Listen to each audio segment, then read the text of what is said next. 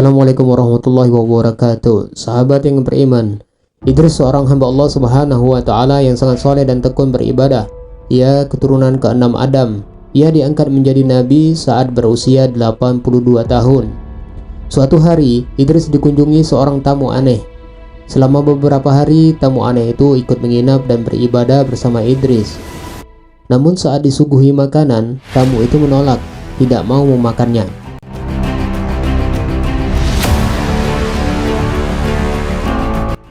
Setelah diselidiki, ternyata tamu itu adalah malaikat Israel pencabut nyawa. Saat itu ia sedang menyamar menjadi seorang pria. Khunu adalah nama asli Idris. Ia hidup 1000 tahun setelah Adam wafat. Karena ia sangat suka membaca dan tekun belajar sejak kecil, kemudian ia diberi nama Idris. Ia belajar membaca dan menulis tanpa mengenal waktu dan tempat. Ia menjadi manusia pertama yang menulis dengan pena yang terbuat dari batu kerikil.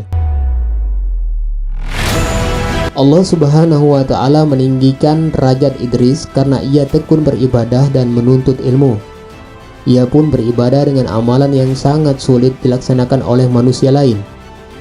Ia berpuasa sepanjang masa dan beribadah sepanjang malam. Malaikat akan mengantarkan makanan dari surga setiap Idris berbuka puasa. Ketinggian derajat Idris itulah yang membuat malaikat Israel rindu dan ingin bertemu dengan Idris, bukan untuk mencabut nyawa Idris. Idris ingin semakin tekun beribadah kepada Allah subhanahu wa ta'ala. Ia lalu meminta malaikat Israel untuk mencabut nyawanya.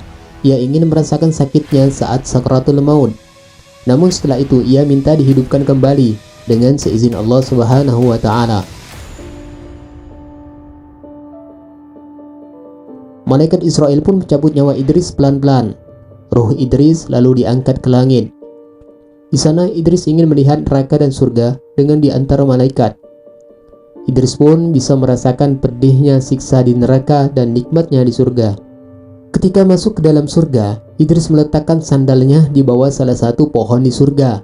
Saat Idris keluar dari surga, tiba-tiba Idris berkata, "Sandalku tertinggal di surga. Aku harus kembali lagi ke surga."